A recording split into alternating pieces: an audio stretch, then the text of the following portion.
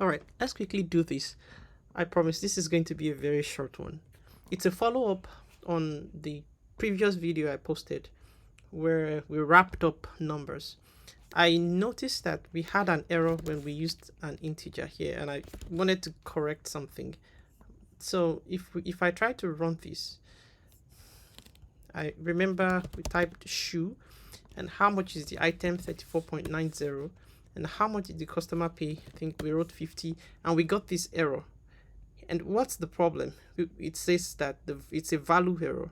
It's an invalid literal for int with base 10.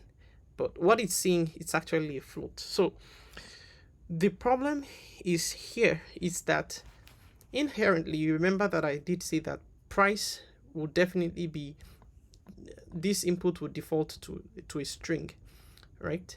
But beside defaulting to a string is the fact that inherently it sees a string, but the closest data type to what is represented in that string is floating point. And so if we would write this correctly, if we want to use an integer, would be to cast it to float first. And so when we cast to float first, we can then cast to int. The same thing for this one.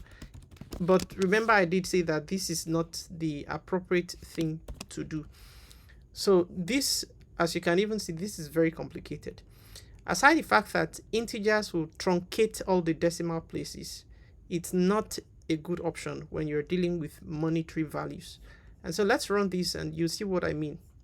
How much, what the customer buy shoe, how much was the item? 34.90, and how much did the customer pay? 50. Now you'll agree with me that this person is not really supposed to collect $16. You will run at loss because the item was 34.90. So where is the 0.90? It's already chopped off because we've converted to an integer, right? And this is why you see, because if you add 34 to 16, you have 50. But how about this? You've lost 90 cents. And now imagine losing 90 cents for about 1 million customers. You know what that means. That's a huge money. So it's a huge sum of money. So you don't want to do this when you're working with monetary values. And these are little things that we should take note of as programmers. I don't intend for this to be too long. I was just wondering what happened and why we got that error. And then I just realized that, hey, it's because inherently the 34.90 is actually float, not an integer. I mean, if we didn't get that error all along because, and I'll show you why, because when we first started running this program, we did not introduce anything like floating points. We were just doing 34 and then 50 and boom, there was no problem with that. And that's because what it's seeing is an integer.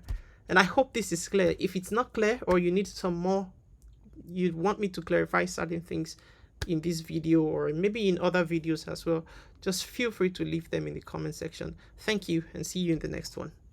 Bye.